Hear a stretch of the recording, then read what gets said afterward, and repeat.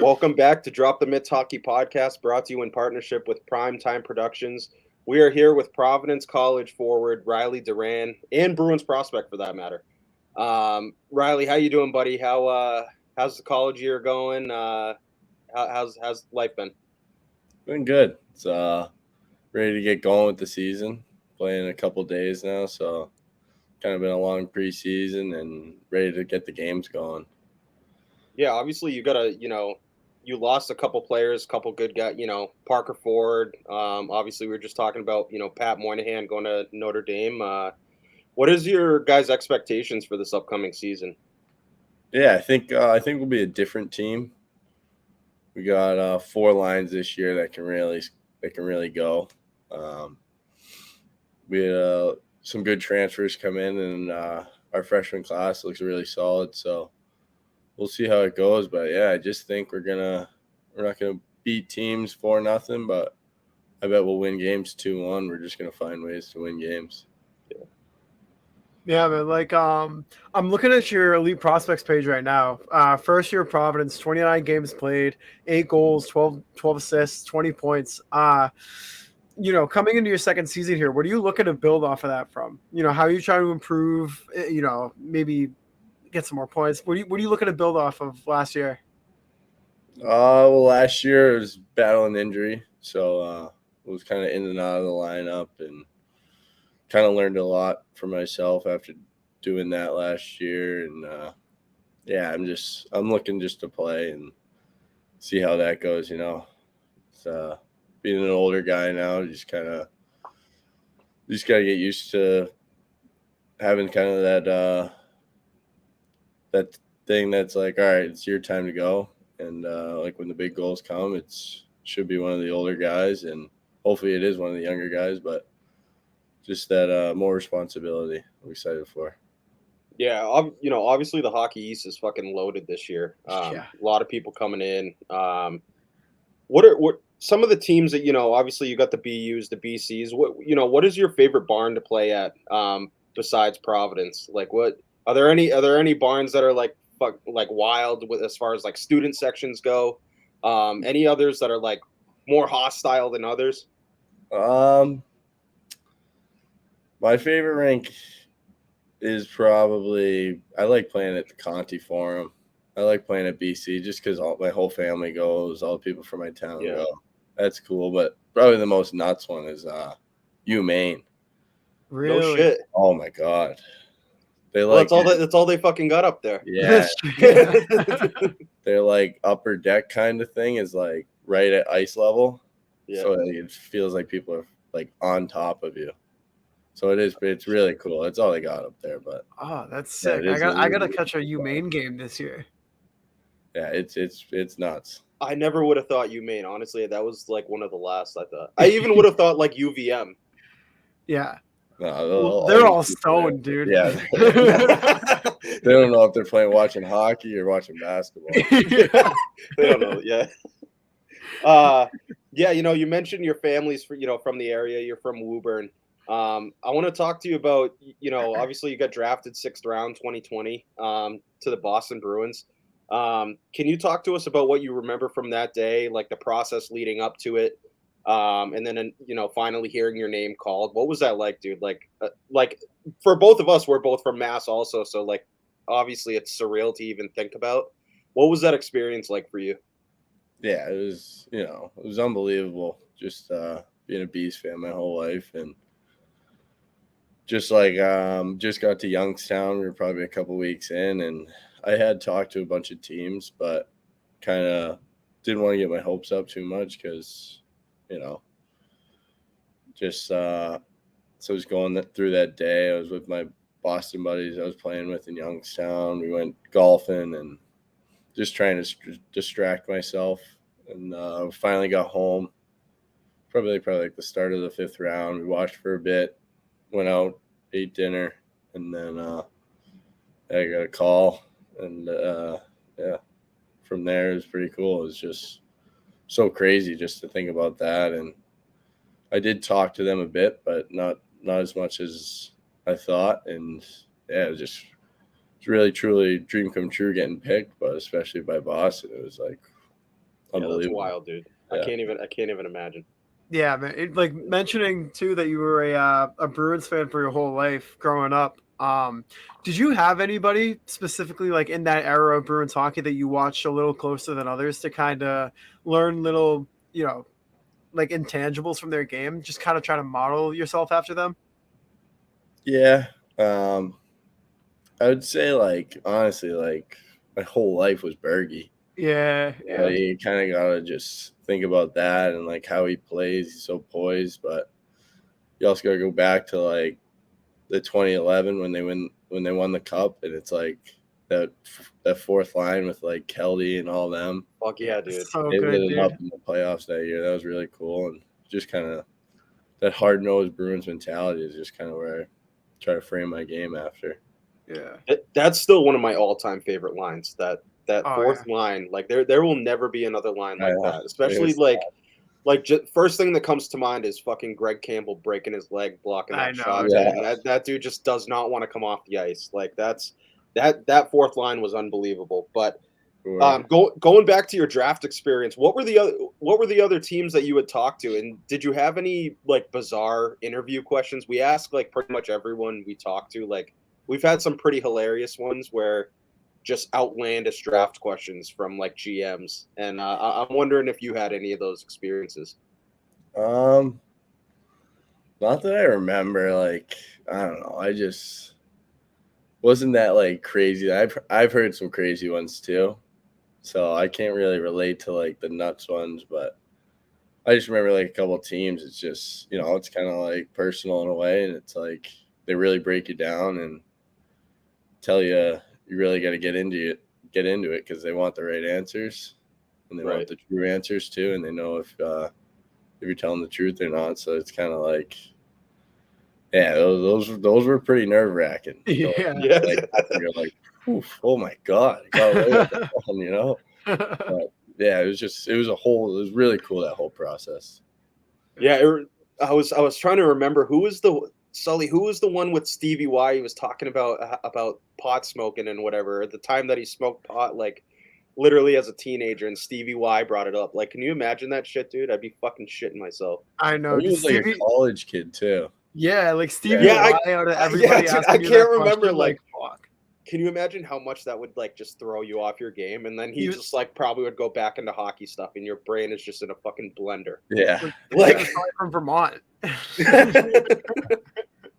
yeah. uh, So, dude, yeah, you have a few development camps under your belt. Obviously, this past development camp, you were one of the older guys. What were the differences from one of your first development camps to this most recent one? Kind of, what were your takeaways? What did you learn? And what were some of the differences? Yeah, I mean, from my first dev camp to this year, it's kind of lots happened. It's kind of makes me feel old, but I just think it's like going in my first year, I was just like, this is a good thing. Let me play against some older guys here, get ready for college.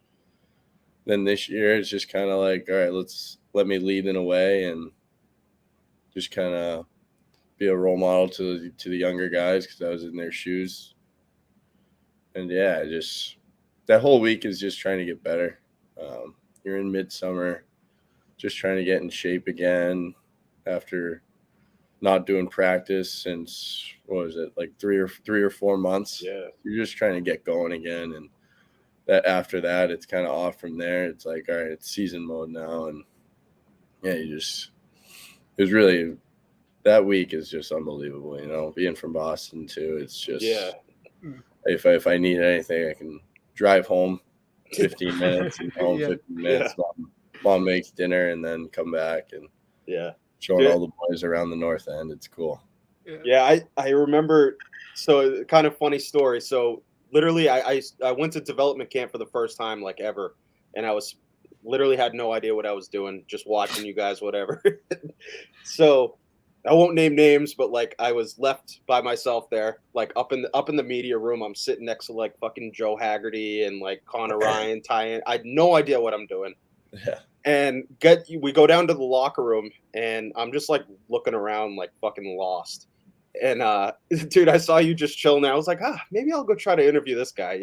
I recognized you from obviously from Providence and whatever, and that was like my first ever interview I did, and I go back and watch it now, and it's just so fucking hilarious because you're like looking at me like, what is this dude doing? Like he has Oh, no fucking that's a clue.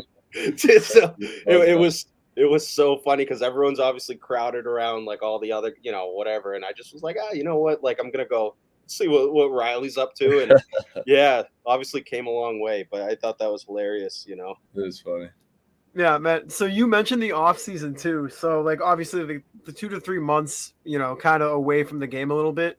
Do you find like off ice sessions to train at? Do you play other sports? Like, do you try to get away from the game, or do you still kind of maintain that training regimen?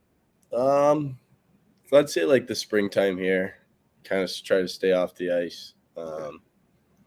I mean, there's only so much you can do. Like I can only go so many days, so many weeks without skating, just because Yeah. it's a good sweat. It's just, I hate being away from the game for so long. And I just say during the summer, like playing on the beach, pickleball, like playing all these sports, basketball with all my buddies, and golf. We're big golfers. So Yeah. just like playing those games. But yeah, I try to stay on the ice. Once probably June hits, you get going again. A couple days a week. How's the golf game, dude? It's all right. I mean, one day I'll shoot like an 84. Next day it's like fucking 94, and you're like, what's going on?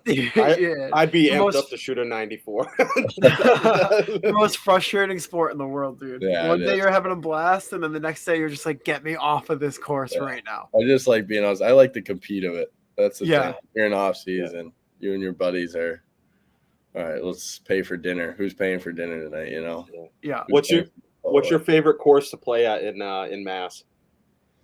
I'm not sure. So I have a couple of buddies from Marblehead.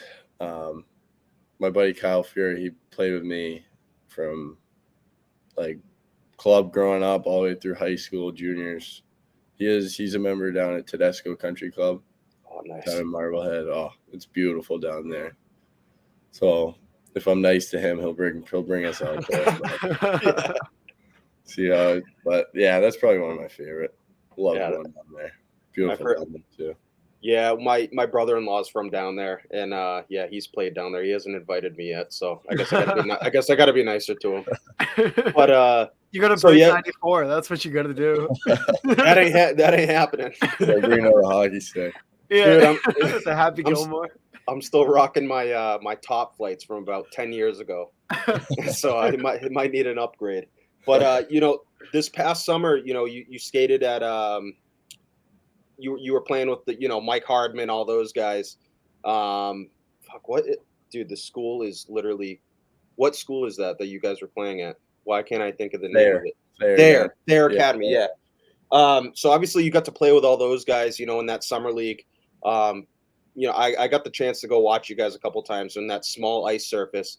With just all of you guys are talented, you know what I mean? And then to compact it in that small area, what was it like skating with those guys this summer? Yeah, I mean, it was really cool. It was my second summer doing that. My buddy from Woburn, Mark Gackholm, he plays in Abbotsford now. He got in, and we've just been doing it the past 2 summers, but the competition's unbelievable there. I mean, you just got to keep your stick on the ice and the puck's going on your stick, Yeah. So, yeah, just doing that once a week. I mean, I wish it was more, but doing that once a week is awesome. Yeah, it's a pretty good turnout too, as far as like people watching that. Like this was the first summer. I was texting with Mikey, and he was like, "Yeah, you got to come check it out." Like obviously, like Coyle was playing. Like just the competition was unreal, and how fast you guys think the game. It's like 4 and 5 steps ahead of everyone else, and they're always close. The games are always close too, which is like the cool thing. It's never like a blowout. So they always keep it close. Yeah, it was kind of funny with those guys because you have the people that show up with like books of cards, and I told this story on the last one, dude, where with Mike Hardman, and I was walking up to him to like go say hi to him or whatever, and I got absolutely buried by this like 60-year-old guy with like a fucking full book of cards, just buries me into the glass, and I'm like, okay, dude, like, but Yeah, it was so crazy to watch, like, how fast you guys are. I think even just in that small ice surface, it just goes to show, like, how skilled you guys actually are. Because, like, with the big ice surface, obviously, guys are fast, but when you kinda compact it, it just goes to show how smart you guys are and how fast you have to think. You have to know where that puck's going. So it Mhm. was crazy competition. Yeah, it is. It's a great skate. One of the best skates of the summer for sure. It's tough to get there on Mondays at like 5 o'clock though. On 93, you gotta go Oh through my the city. It's like Uh, No chance, dude. And zero. I was driving from Littleton, and one day, like, it took me, I forgot how long. It was like almost 2 hours to get there, crazy. and just a shit show in traffic, dude. I'm getting But on the so way back, it's only like 30 minutes. Yeah, Yeah. exactly. And I'm like, again, like, I finally got to the rink. I'm like fucking drenched in sweat because I'm so pissed off from all the freaking Boston drivers, and I'm like, but yeah, it was awesome. And I honestly, next year, I hope to catch more games, with you guys playing in them. Yeah, so Riley, I saw too. Obviously, some players have a reason why they pick their jersey number. Sometimes it's just given to them. Other times, sometimes it's sentimental or just meaningful to you. Is there a reason why you pick number 8 as your number? Not really. Um, Kind of been all over the map with numbers throughout my life. But growing up, I was 9. One down from that is 8. So I said, hey, screw it, take that. But Uh, yeah, not a lot of value to it. It's just it's worked for me, and yeah, it's a good number. Yeah. are there any guys in the that are playing in the NHL now that you kind of try to emulate your game after, or are there any players that you kind of look at and you try to play similar to? I know obviously you want to play your own game, but guys that you see similarities in your own game. Um, I try to like look at Coyle just through like ever since he's been to Boston. I've tried to just think his game because I mean he plays hard. He plays 200 feet. It's his penalty killing's great. His face offs are great. He really plays a great game, and I just try to, especially skating with him at that the 3-on-3. It's just kind of just take away those little things. He's unbelievable at protecting the puck. So just those little things you kind of try to take away from him. And like at Dev Camp, you see him in the gym, and it's really cool just being like around him and seeing all that stuff because just kind of been watching him for the past five years now. So yeah, just he's probably my number one guy I keep looking at. Yeah, you bring up him at development camp working out or in whatever. And are there any guys on the current Bruins team right now that have kind of been mentored to you and kind of have helped you along the way? Um, I mean Mike Callahan, he just got sent down to Prob, but he had a great camp I heard, and he was my captain my freshman year. And I mean he's such a role model. That guy, it's crazy. He was a great captain, and he's just so dialed in on everything he does. He's great at practice every day. He plays hard, and every game he plays hard. He always does the right thing. So yeah, I look after him. Mark McLaughlin was always there too since my first year, and being a Bill Ricka kid, we get along well. And playing him at BC, he's tough to play against. So Yeah.